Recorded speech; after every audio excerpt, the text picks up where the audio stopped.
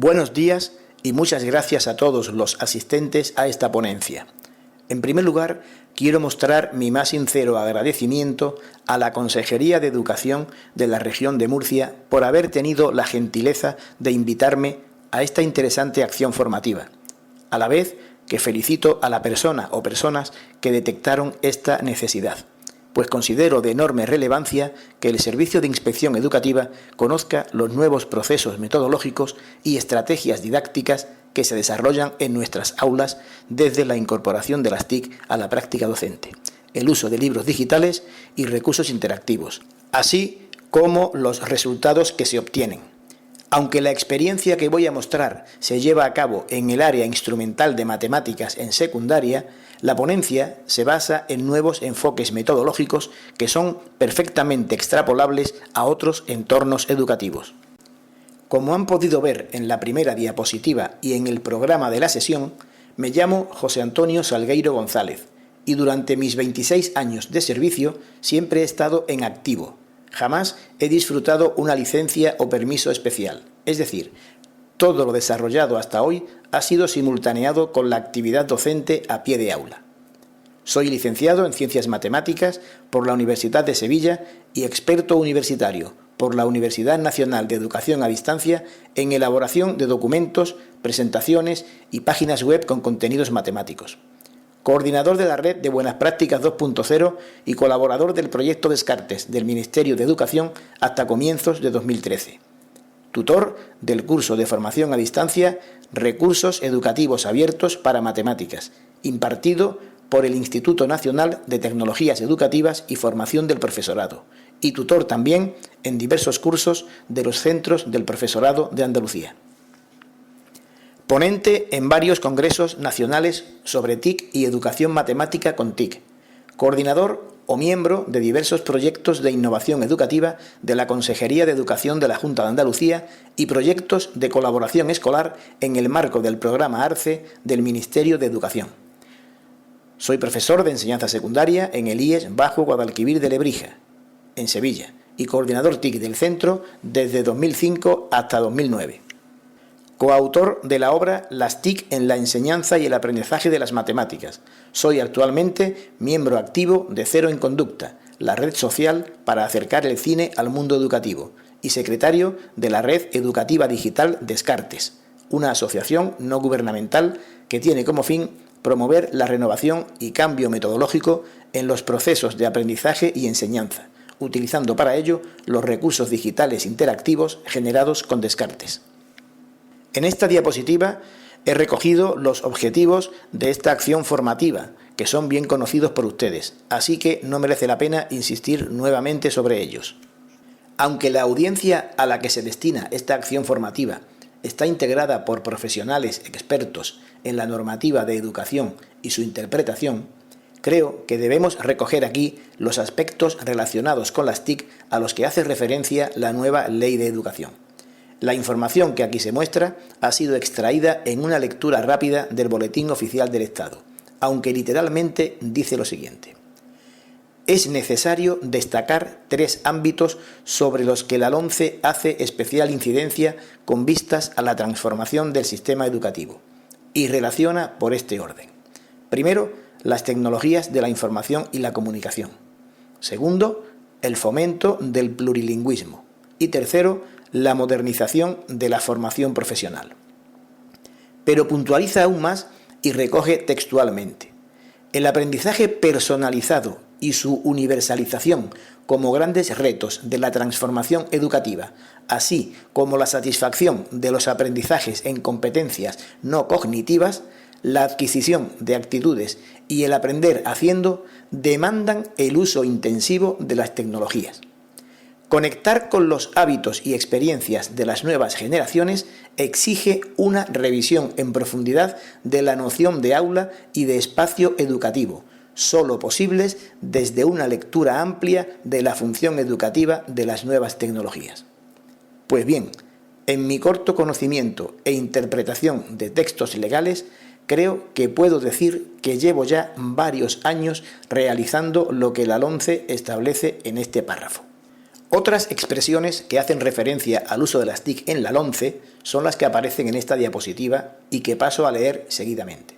Pero se hace necesario que estas generalizaciones se detallen y concreten en otras normativas de rango inferior, como decretos, órdenes, instrucciones, etc. Se dice: la incorporación generalizada de las TIC al sistema educativo permitirá personalizar la educación y adaptarla a las necesidades y al ritmo de cada alumno o alumna. Y añade: las TIC serán una pieza fundamental para producir el cambio metodológico que lleve a conseguir el objetivo de mejora de la calidad educativa. El párrafo recogido en esta diapositiva se comparte en la LOMCE para las etapas educativas de primaria y secundaria. Sin perjuicio de su tratamiento específico en algunas de las áreas de la etapa, la comprensión lectora, la expresión oral y escrita, la comunicación audiovisual, las tecnologías de la información y la comunicación, el emprendimiento y la educación cívica y constitucional se trabajarán en todas las áreas. En mi opinión, basada en la experiencia, para trabajar con garantías de éxito algunos de estos aspectos en todas las áreas, es fundamental el trabajo colaborativo o en red del profesorado. Por ello, y con el máximo respeto a las redes docentes existentes, recomiendo las dos redes a las que pertenezco y en las que colaboro activamente. Para las tecnologías de la información y la comunicación, la Red Educativa Digital Descartes. Y para trabajar la comunicación audiovisual, Cero en Conducta, la red social del cine y la educación, la red de la emoción en el aula. También la LOMCE recoge este párrafo que hace referencia a romper las barreras espaciales y temporales del aula usando los entornos virtuales de aprendizaje, algo que desde hace años viene realizando un gran número de profesionales de la enseñanza, a costa, que todo hay que decirlo, de un incremento extra en su horario laboral docente. Con una frase interrogativa directa he titulado esta diapositiva, pues debemos plantearnos si estas cuestiones derivan de la LOMCE o han sido incluidas en ella en base a la gran experiencia que poseemos de años anteriores. Estas son las preguntas obvias para los docentes inexpertos. ¿Cómo conseguir una incorporación generalizada de las TIC? ¿Y qué se entiende por personalizar la educación? Se recoge también textualmente que las tecnologías de la información y la comunicación serán una pieza fundamental para producir el cambio metodológico que lleve a conseguir el objetivo de mejora de la calidad educativa. De una u otra forma, lo que es indudable es que para conseguirlo se necesitan instalaciones e infraestructuras en los centros, equipamiento, recursos digitales e interactivos, formación del profesorado y apoyo a las familias. Durante la proyección de este vídeo, muy conocido y difundido en la red, pero que lo dice todo con respecto a la tecnología y la metodología, me gustaría que reflexionemos sobre la idoneidad de tener en el siglo XXI a 30 niños y niñas en un aula realizando todos el mismo ejercicio, con los mismos valores numéricos y al mismo ritmo, cuando la diversidad de capacidades es conocida por todos. Pues bien, después de este vídeo tan motivador, pasemos a intentar responder a las cuestiones planteadas anteriormente. Son dos los objetivos que se pretenden con la difusión de esta experiencia. Por una parte, ofrecer un modelo de incorporación generalizada de las TIC basado en el libro digital interactivo del proyecto Educación Digital con Descartes. Y por otra, mostrar cómo el cambio metodológico conduce de manera natural a la atención personalizada.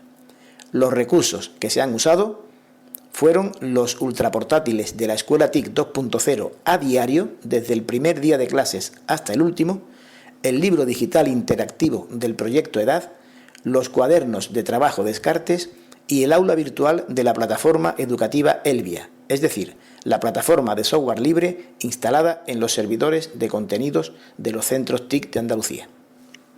Son ya varios años de experimentación e innovación con recursos educativos digitales, tratando, sobre todo, de encontrar modelos metodológicos que repercutan en una mejora de los rendimientos académicos, una potenciación de la autoestima en el alumnado y un adecuado desarrollo competencial. Durante el curso 2008-2009 hace su aparición el libro digital de matemáticas para la opción B de cuarto de ESO, creado por profesorado en activo del Grupo Descartes del Instituto de Tecnologías Educativas para el CIDEAD, el Centro para la Innovación y Desarrollo de la Educación a Distancia. Es en este curso escolar, con un grupo reducido de alumnos y un ordenador fijo para cada uno, cuando comienza mi primer año de incorporación generalizada de las TIC, usando el libro digital desde la intranet del centro con una navegación fluida. Desaparecen las explicaciones colectivas en la pizarra y las clases magistrales, comenzando una atención personalizada con el profesor como director de la orquesta en vez de virtuoso del instrumento, aunque se fijan plazos para concluir las unidades didácticas. Se obtiene al final de curso un 100% de aprobados. Durante el curso escolar 2009-2010 se pone en marcha una dinámica de trabajo análoga con un grupo de 23 alumnos de segundo de la ESO, un grupo con una composición bastante compleja. Los alumnos y alumnas acceden al libro virtual desde la plataforma educativa Elvia, trabajando por parejas, con un ordenador para cada dos, salvo alguna excepción. Componen sus propios apuntes y es la primera vez que aprenden con esta metodología. Es en este curso, dada su compleja composición, cuando cada pareja marca su propio ritmo y desaparecen las fechas de exámenes, comenzando los primeros exámenes digitales por parejas. Finalmente, se consigue también un 100% de éxito en junio. Es en este momento cuando se vislumbra lo que puede lograrse con un equipo para cada alumno y además teniendo la oportunidad de usarlo en casa. Durante el curso escolar 2010-2011, con 2 unidades de primero de la ESO que llegan con los ultraportátiles de la Escuela TIC 2.0, se pone en marcha esta metodología, instalando el libro en local en cada equipo, para que puedan trabajar sin necesidad de acceso a Internet. En este curso se usan por vez primera los cuadernos de trabajo, es decir, el soporte físico en el que los alumnos y alumnas plasman y desarrollan las actividades que se le proponen en el libro digital, iniciando así la era de la atención personalizada en el régimen de asistencia presencial, con unos resultados excelentes. En la próxima diapositiva proyectamos un vídeo grabado en un aula del IES Bajo Guadalquivir de Lebrija, en el que se desarrolla una sesión con este proceso metodológico y donde los alumnos y alumnas explican cómo aprenden a aprender. Esta experiencia ha permitido introducir una metodología y dinámica de trabajo basadas en una completa atención personalizada al alumnado en el aula. En ningún momento se ha usado la pizarra para clases magistrales ni exposiciones colectivas, sino para aclarar dudas individualmente o en grupos reducidos, como se aprecia en el vídeo, mientras el resto del alumnado sigue aprendiendo. Todas las sesiones, desde el día 20 de septiembre, se han desarrollado en la misma línea, con autonomía plena para el alumnado. Generalmente suele haber algún alumno o alumna preparando su examen digital o haciéndolo para enviarlo al profesor por la mensajería del aula virtual de la plataforma educativa Elvia. Por cierto, las fechas de exámenes desaparecieron, pues cada estudiante marca su propio ritmo de aprendizaje. Los alumnos aprenden haciendo, aprenden a aprender, se pasan toda la hora trabajando, se van haciendo autónomos e independientes en su aprendizaje, aunque comparten algunas dudas con sus compañeros y, por supuesto, están constantemente dirigidos y asesorados por su profesor. Los libros digitales interactivos que la Red Educativa Digital Descartes se encuentra adaptando para su correcta visualización en dispositivos móviles, tabletas y smartphones y, por supuesto, ordenadores y pizarras digitales interactivas, componen un recubrimiento curricular del área en la secundaria obligatoria, recopilados en formato digital con apples interactivos de Descartes, animaciones flash y vídeos. Estos libros diseñados por docentes a pie de aula y expertos ya en la incorporación generalizada de las TIC, constituyen un modelo de introducir las TIC a través de un recurso análogo al que el profesorado está acostumbrado. Por tanto, permiten, digámoslo entre comillas, quitar miedos, transmitir seguridad y confianza, y proporcionan cierta invisibilidad tecnológica. Los libros digitales interactivos de la red Descartes son materiales que están proporcionando un excelente resultado en la formación presencial, bien con acceso directo a Internet, instalados en las plataformas virtuales o servidores de contenidos de los centros educativos o en la mochila digital del alumnado. Entre sus características destacan los contenidos simplificados, intuitivos, con gran facilidad de uso y comprensión, un lenguaje cercano, sin perder por ello el rigor matemático en cuanto a la exposición de los contenidos, relacionados estos con contextos de la vida cotidiana, que facilitan el aprendizaje por descubrimiento, potenciando la autoestima y autonomía del estudiante, gracias a la amplia colección de actividades, autoevaluaciones y problemas que incluyen las soluciones desarrolladas, posibilitando al alumnado formular sus propias hipótesis, desmontarlas, volver a formular otras hasta llegar a la tesis y dar con el camino correcto. A ello contribuyen de manera fundamental los appels realizados con escenas de Descartes. Cada libro está distribuido en 12 temas y la pantalla principal de cada uno muestra el índice interactivo. Accediendo a uno de los temas, veremos a la izquierda el índice de sus apartados y a la derecha una pantalla compuesta por las 6 secciones que se detallan a continuación, a las que puede acceder desde un menú en su parte superior. Con el número 1 antes de empezar, que corresponde a la página de presentación en la que se exponen los objetivos, y mediante una imagen, juego o escena manipulable, se trata de introducir e interesar al alumno o alumna en el tema que va a estudiar.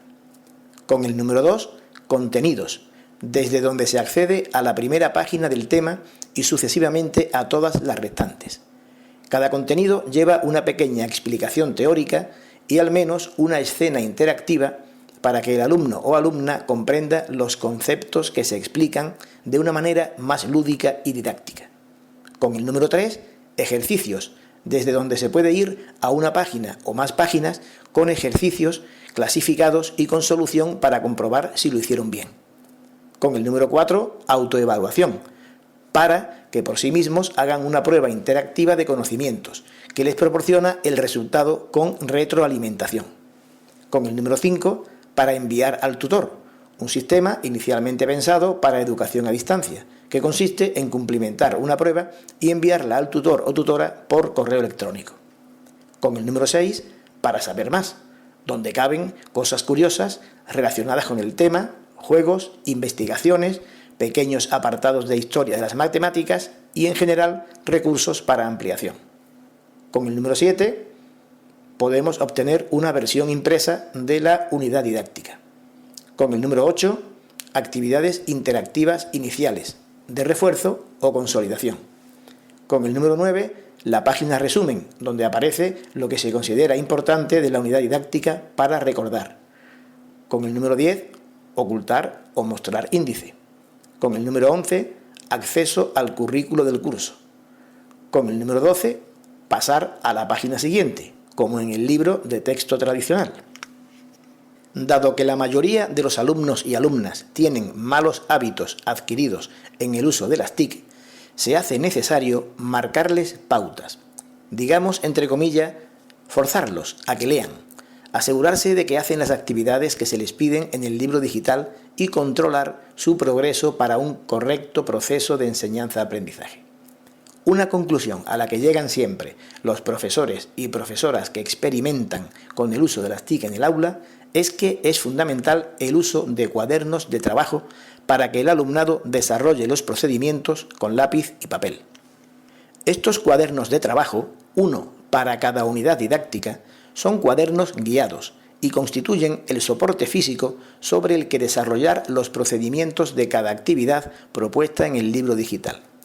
Aun siendo el mismo para cada alumno o alumna, son personales y únicos, dado el carácter aleatorio de cada ejercicio o problema que propone el libro digital interactivo de la red Descartes.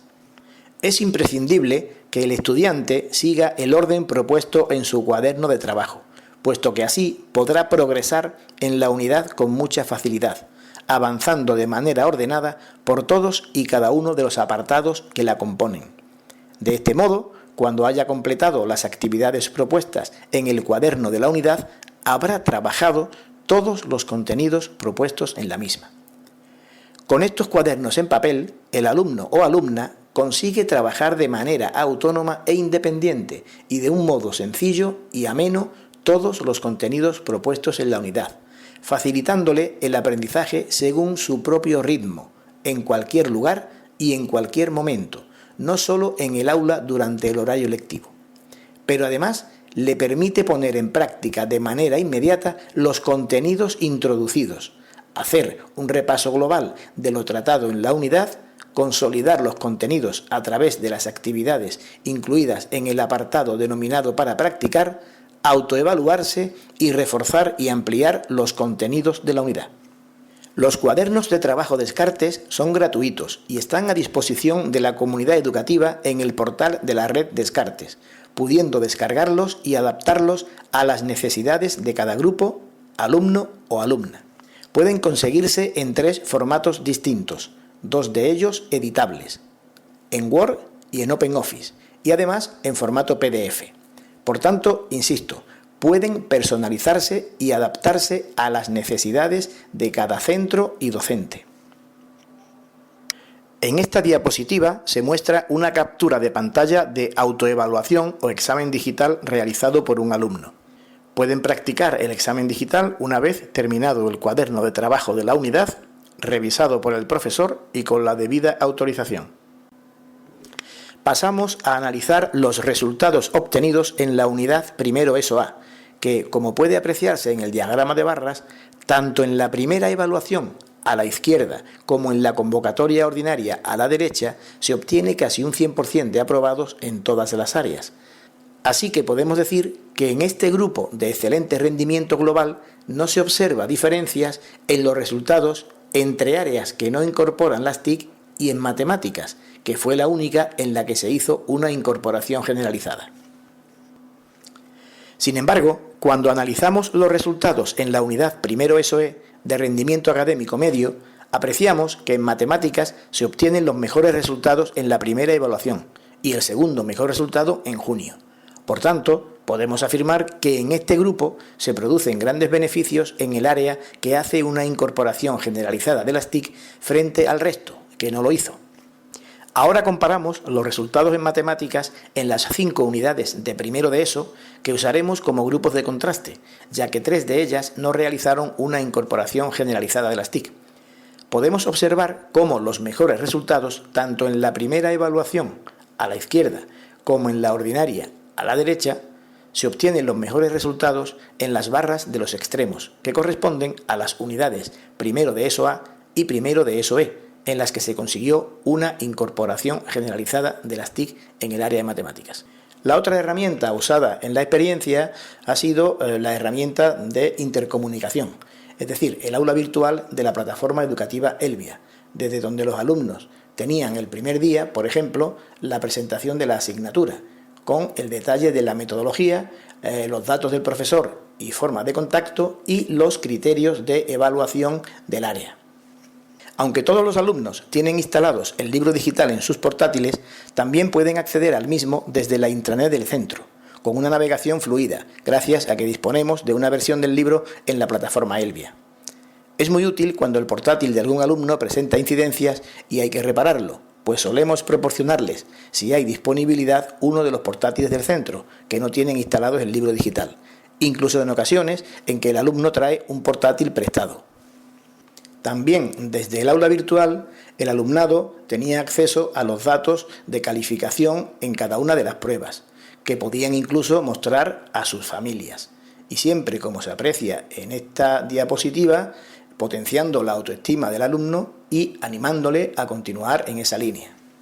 Además, desde la sección Archivos del aula virtual, podían descargarse de forma autónoma el cuaderno de trabajo necesario para la unidad que tuvieran que trabajar. A través del servicio de mensajería o correo interno del aula virtual se entregan los exámenes digitales y los diversos trabajos o tareas propuestas. En este diagrama se aprecian las unidades didácticas impartidas en el grupo primero A, de excelente rendimiento académico, así como el porcentaje de alumnos que completaron las citadas unidades. La línea vertical anaranjada señala el punto del temario en el que se estima haber finalizado el curso escolar con una metodología tradicional, basada en explicaciones colectivas desde la pizarra y lecciones magistrales. En junio se obtuvo un 100% de aprobados, pero ¿cuántos alumnos se habrían quedado descolgados al imponer el mismo ritmo para todos? ¿Cuántos habrían perdido la oportunidad de adquirir los conocimientos de los temas 10 y 11? Desde luego, 2 alumnos no habrían conseguido ver atendida su capacidad para completar el temario. Por tanto, se atiende por igual tanto al alumnado que presenta dificultades de aprendizaje como al alumno de alta capacidad. En este diagrama se aprecian igualmente las unidades didácticas impartidas en el grupo primero E, la otra unidad en la que se consiguió la incorporación generalizada de las TIC en el área de matemáticas, una unidad de rendimiento académico inferior, y también se muestra el porcentaje de alumnos que completaron las citadas unidades. La línea vertical anaranjada tiene el mismo significado que en la diapositiva anterior. En junio también se obtuvo un 100% de aprobados, así que podemos emplear el mismo razonamiento. ¿Cuántos alumnos se habrían quedado descolgados al imponer el mismo ritmo para todos? ¿Cuántos habrían perdido la oportunidad de adquirir los conocimientos de los temas 8, 9 y 10? Desde luego, 2 alumnos no habrían conseguido ver atendida su capacidad para llegar a adquirir los conocimientos del tema 10. Finalizado el primer trimestre y dado que este alumnado utilizaba este proceso metodológico por primera vez, decidí realizar una encuesta o cuestionario de satisfacción para conocer su opinión y a través del foro de la plataforma educativa Elvia le planteé las siguientes cuestiones. Tenemos que saber si eres capaz de aprender solo con el libro digital, si es fundamental tener el cuaderno de trabajo, si echas de menos las clases con el profesor explicando en la pizarra, si aprendes más, aprendes menos, aprendes igual pero mejor, si esta forma de dar clases podríamos llevarla también con el libro de texto impreso, si echas de menos el libro de texto, si prefieres que el profesor explique lo mismo para todos, si necesitas deberes para casa o es suficiente con el trabajo de clase. Tu opinión sobre los exámenes, si los prefieres en papel, con una fecha para hacerlo toda la clase, si te beneficia o perjudica que cada uno pueda ir a su ritmo, si es favorable que cada uno pueda hacer el examen cuando quiera, la opinión de tus padres, si te gustaría que volviésemos a dar clases con el libro y el profesor explicando para todos, si te gustaría dar otras asignaturas de esta forma. En fin, intenta responder lo mejor posible y siéntete libre para dar a conocer tu opinión, que es muy importante para mí y para los profesores y profesoras que han elaborado el libro digital y los cuadernos de trabajo. Pues bien, muchos de los alumnos y alumnas que participaron en esta experiencia, un total de 60, dieron una respuesta similar. Así que aquí muestro una selección de la más amplia gama posible, que abarque todas las posibles respuestas. Así que, por ejemplo, Rosalía nos dice: con el libro digital no queda más remedio que prestar atención a lo que te dicen que hagas, porque si no es así, no sabrás responder correctamente a las actividades planteadas y no comprenderás los temas cuando llegues a la autoevaluación. José, por su parte, dice: es beneficioso, ya que nadie se agobia con tanta rapidez como antes. Por ejemplo, tú estás repasando el tema 3 porque no te ha quedado muy claro, mientras que otro está haciendo el examen del tema 4.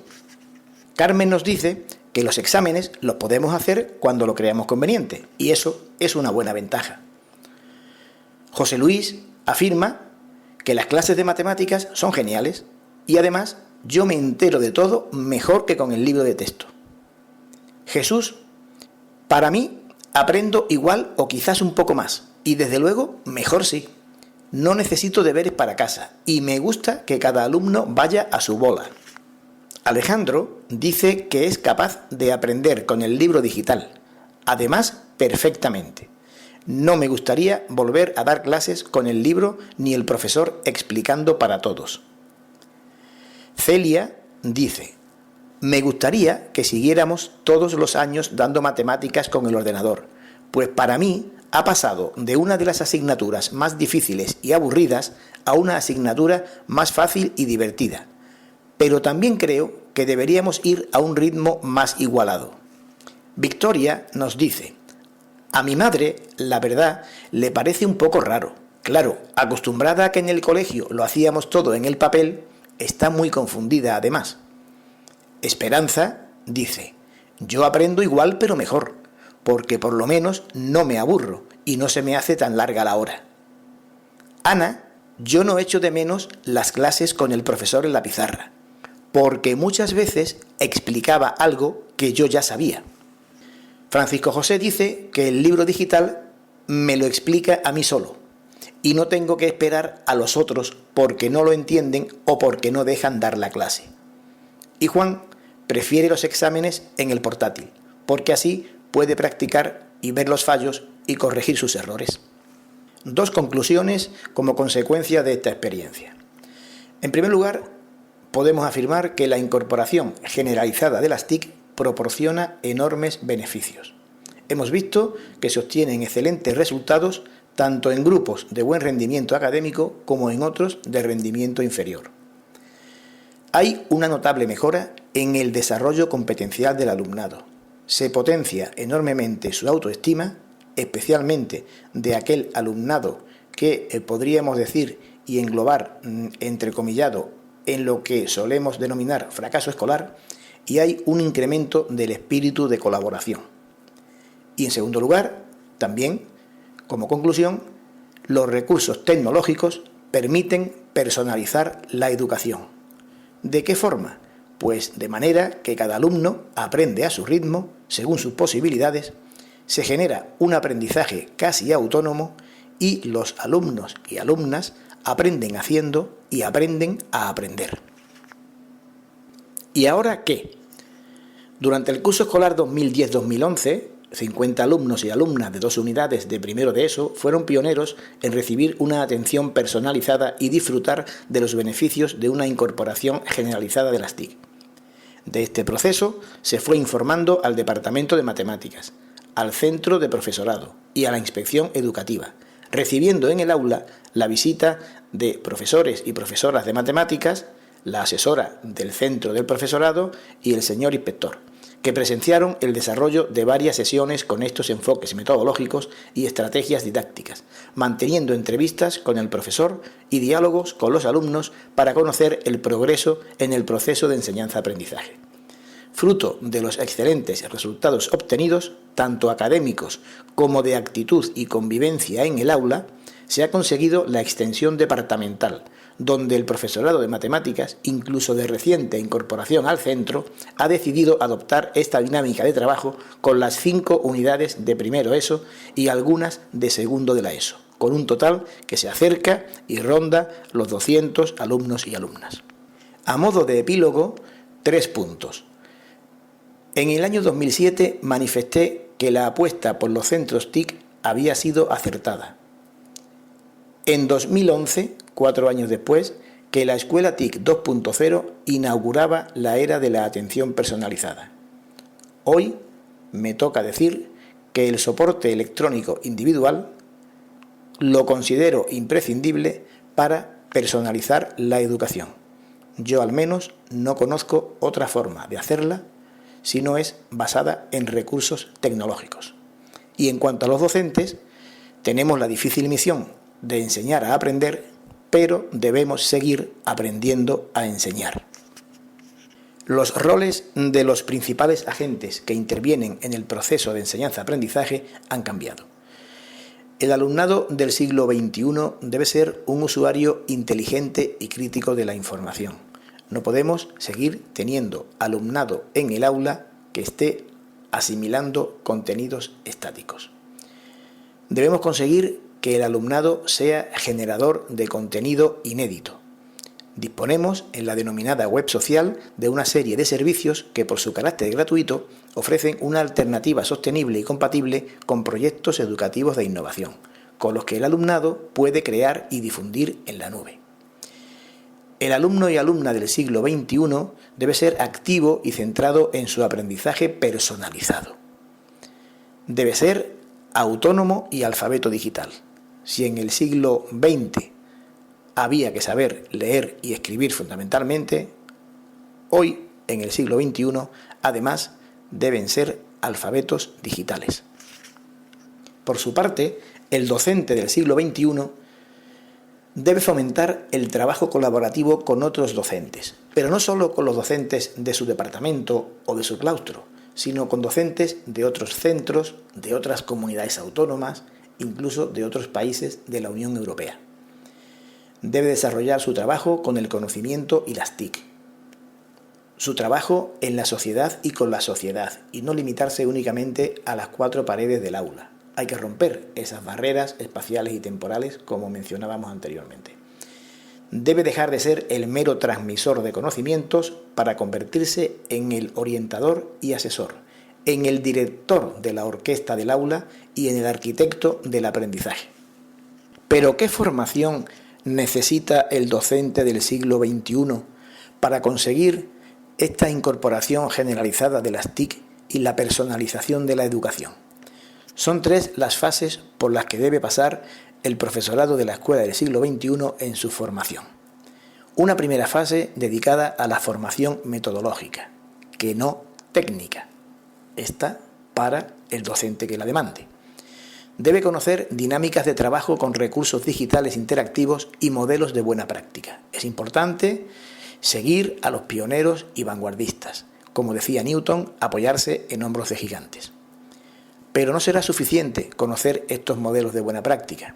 Es crucial que el docente planifique y desarrolle su propio plan de experimentación en el aula.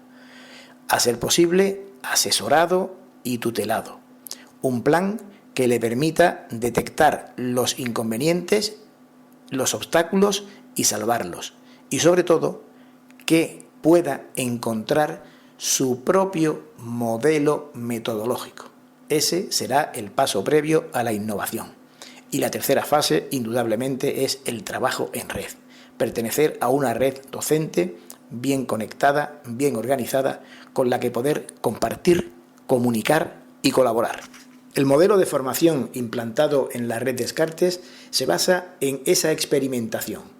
Una experimentación previamente planificada y programada. Se le proporcionan al docente materiales de apoyo, un tutor para el asesoramiento didáctico, un asesor para el apoyo técnico y debe realizar un uso prolongado de las TIC en el aula, culminando el proceso con la evaluación del mismo, de tal manera que al final el docente consiga encontrar su modelo metodológico idóneo. Y todo avalado por una red docente con expertos en la experimentación, la innovación, la investigación educativa y la tutoría de formación a distancia.